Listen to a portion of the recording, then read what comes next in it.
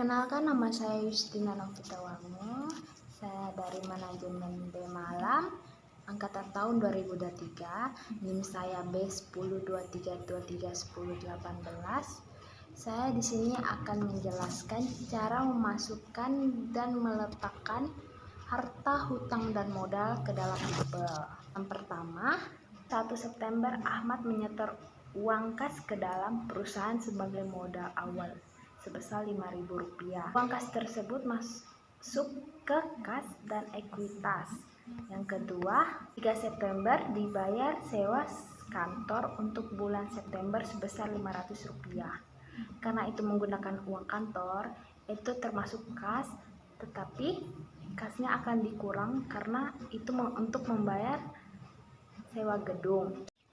Yang ketiga, 5 September dibeli peralatan berupa laptop secara kredit dengan harga Rp1.000.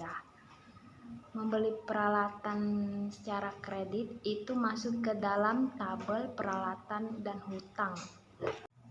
Kenapa masuk dalam tabel peralatan? Karena laptop dalam peralatan. Sedangkan kenapa masuk ke dalam tabel hutang? Karena dia membeli laptop secara kredit. Yang keempat, 9 September dibayar beban jasa desain kepada CV Multimedia sebesar Rp700. Itu masuk ke dalam tabel kas dan ekuitas karena membayar jasa desain tersebut menggunakan uang kas kantor. Yang kelima, 12 September peroleh pembayaran dari Andi atas jasa konsultasi sebesar Rp6.000. Pembayaran jasa konsultasi dari Andi tersebut masuk ke dalam kas karena itu dapat menambah kas suatu perusahaan serta masuk ke dalam ekuitas. Yang keenam, 13 September Ahmad mengambil uang tunai untuk jalan-jalan bersama keluarga sebesar Rp3.000. Pengeluaran tersebut masuk ke dalam kas dan ekuitas yang dapat mengurangi saldo kas perusahaan.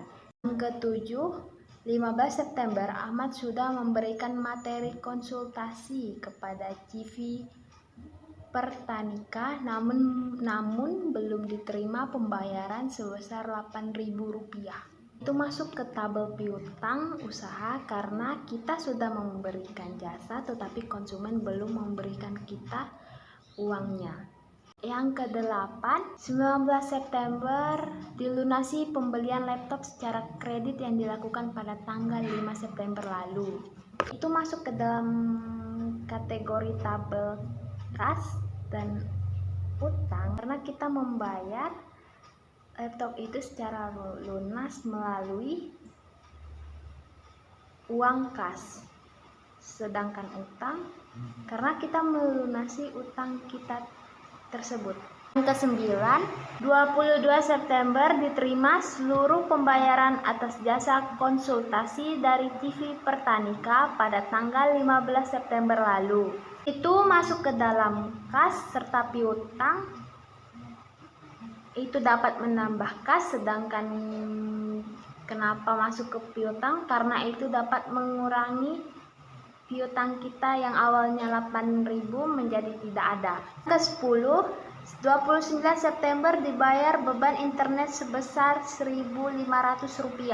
Itu masuk ke dalam kategori kas serta ekuitas tapi dapat mengurangi kas. Yang ke-11, 30 September dibayar gaji karyawan sebesar Rp2.000. Itu masuk ke dalam tabel kategori kas serta ekuitas, tetapi itu masuk karena dia mengurangi kas. Jika semua pengeluaran dan pemasukan perusahaan sudah masuk ke dalam tabel, itu semua akan kita jumlahkan. Jika ada kurungnya seperti yang di tabel, itu harus dikurangin dengan jumlah sebelumnya. Contohnya, tanggal 1 September kas Rp5.000, sedangkan di bawahnya tanggal 3 September ada pengurangan kas Rp500 karena pembayaran sewa kantor. Itu akan mengurangi kas menjadi 4.500. Sekian dari saya. Maaf jika ada kesalahan kata-kata ataupun penjelasan yang kurang memuaskan. Terima kasih.